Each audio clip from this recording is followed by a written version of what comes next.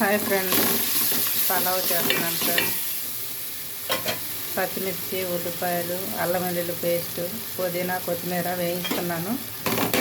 చెక్క, లవంగా, యాలక్కాయలు వేసాను నూనెలో. బగారా అన్నం కాదు ఫ్రెండ్స్, పలావ్. ఇవన్నీ వేగిన తర్వాత ఒక 3 టమాటాలు ముక్కలు కట్ చేసుకున్నాను. 3 టమాటాలు వేస్తున్నాను. సింపుల్గా పలావ్ చికెన్ కర్రీ చేయబోతున్నాను ఫ్రెండ్స్. చికెన్ కడిగి నీళ్ళల్లో పెట్టుకున్నాను.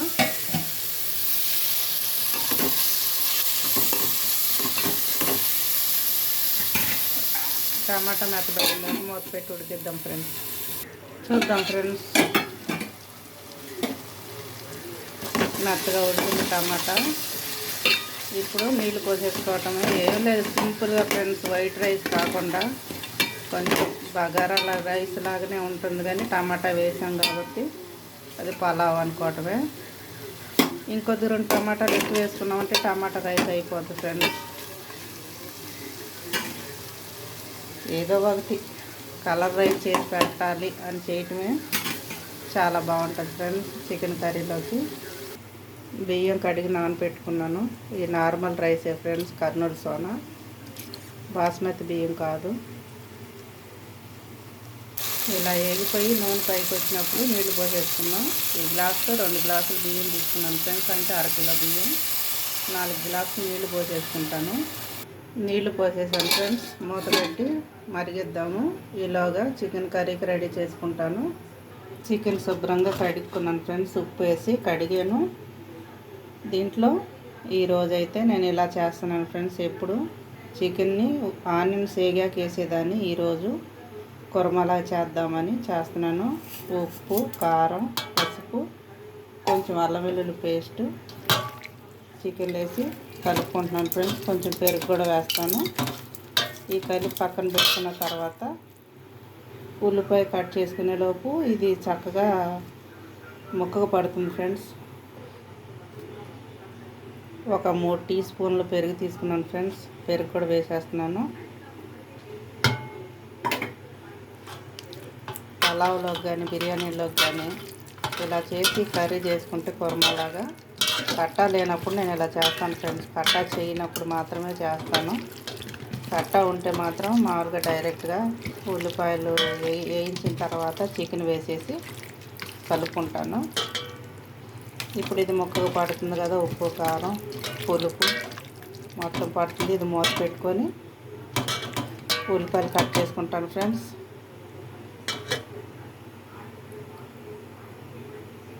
ఎసరు మరుగుతుంది ఫ్రెండ్స్, పొగలు వస్తున్నాయి. ఇప్పుడు రైస్ వేసేద్దాం దీంట్లో. ఈలోగా అన్నం కూడా అయిపోద్ది ఫ్రెండ్స్. ఈ నీళ్ళు ఉప్పు చూసుకోండి, చప్పగా ఉంటే కొంచెం ఉప్పు వేసుకోండి ఫ్రెండ్స్. ఎన్ని వేసినా కానీ ఉప్పు సరిపడా వేయకపోతే మాత్రం రుచి ఉండదు. ఎక్కువ అవ్వకూడదు, తక్కువ అవ్వకూడదు ఫ్రెండ్స్. ఒకసారి కలిపి మూత పెట్టేద్దాం ఫ్రెండ్స్. ఉప్పు సరిపోయింది. కూరలో కూడా ఉంటుంది కాబట్టి కొంచెం తక్కువైనా పర్వాలా. చికెన్ కలిపి పెట్టుకున్నాం కదా ఫ్రెండ్స్. నూనె పోసాను కడాయిలో. కొంచెం కస్తూరి మేతి వేస్తున్నాను. నేను చేసేది చూపిస్తున్నాను ఫ్రెండ్స్. నేను ఎలా వండుకుంటానో అది చూపిస్తున్నాను. కస్తూరి మేతి కొంచెం వేగింది కదా, ఉల్లిపాయ, పచ్చిమిర్చి వేసేస్తున్నాను. సేమ్ కొంచెం ఉప్పు వేస్తున్నాను. కొంచెం తగ్గించే వేసుకోవాలి ఫ్రెండ్స్, ఎందుకంటే అన్నంలో ఉంటుంది కదా ఉప్పు. కొంచెం తక్కువ వేసుకోండి. ఉల్లిపాయ ఎర్రగా వేగింది కదా ఫ్రెండ్స్. ఒక స్పూను చికెన్లో వేసాను కదా, కలిపాను కదా. ఇప్పుడు ఉల్లిపాయల్లో ఒక స్పూను సరిపోతున్నాయి. ఎందుకంటే మొత్తం దాంట్లో వేసినా కానీ ఇది అవ్వదు. కొద్దిగా నూనెలో వేగితే మంచి స్మెల్ వస్తుంది. ఇప్పుడు కలిపి పెట్టుకున్న చికెన్ వేసేసుకున్నాం ఫ్రెండ్స్. ముందు టమాటా వేద్దాం, మర్చిపోయాను. ఎందుకంటే కూర మామూలుగా వండేటప్పుడైతే టమాటా చికెన్ ఉడికేటప్పుడు వేస్తాను. ఇప్పుడు ఏంటంటే ఈ టమాటా కూడా మెత్తపడిన తర్వాత చికెన్ వేసేస్తాను ఫ్రెండ్స్.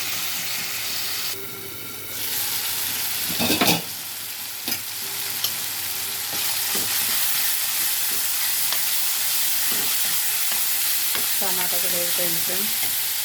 ఇప్పుడు కలిపి పెట్టుకున్నాం కదా, పెరుగు, ఉప్పు, కారం, పసుపు అన్నీ వేసి చికెన్ వేసేసుకున్నాం.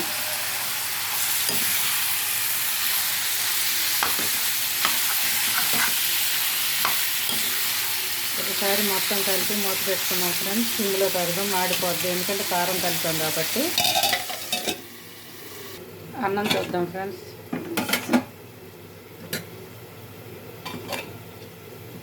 పలావ్ అయితే రెడీ అయిపోయింది ఫ్రెండ్స్.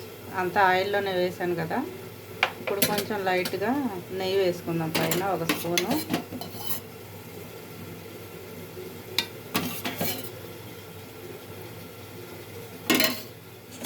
మూత పెట్టేద్దాం ఫ్రెండ్స్. ఎక్కువ నెయ్యి వేయలేదు, ఎందుకంటే పలావే కాబట్టి బిర్యానీకి అయితే ఎక్కువ నెయ్యి పడుతుంది.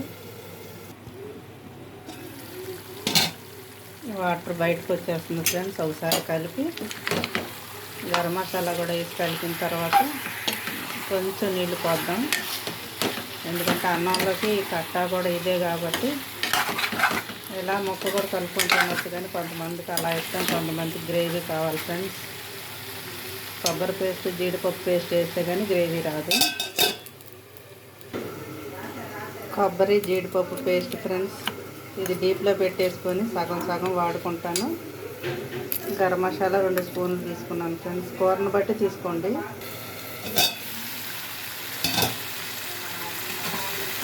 గరం మసాలా వేసేసుకున్నాం.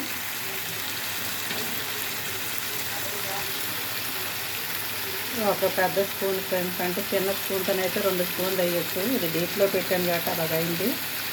ఒకసారి కలుపుకొని నీరు పోసేసుకున్నాం ఫ్రెండ్స్. ఉడుకుతుంది మెత్తగా.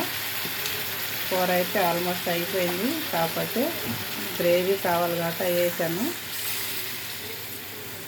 ఒక గ్లాసు నీళ్ళు అయితే పోసుకున్నాను.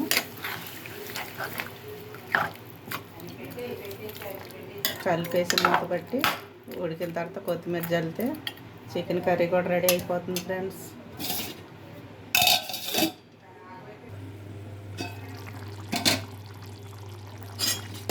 కర్రీ రెడీ అయిపోయింది ఫ్రెండ్స్.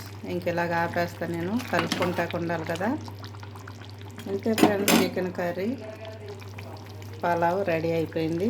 ఇలా చేసుకోండి, తినండి, లైక్ చేయండి, షేర్ చేయండి, కామెంట్ పెట్టండి ఫ్రెండ్స్. మీరు ఎలా చేస్తారో కూడా నాకు చెప్పండి, నేను ఎలా చేసుకుంటాను. చూసారుగా, ఈ గ్రేవీ ఉంటే కలుపుకోవటానికి. ఈరోజు కట్టా చేయనప్పుడు మాత్రమే నేను ఇలా వండుతాను ఫ్రెండ్స్. వేడి వేడి చికెన్ కర్రీ, పలావ్, పెరుగు చట్నీ. ఇంతే ఫ్రెండ్స్ ఈరోజు వీడియో.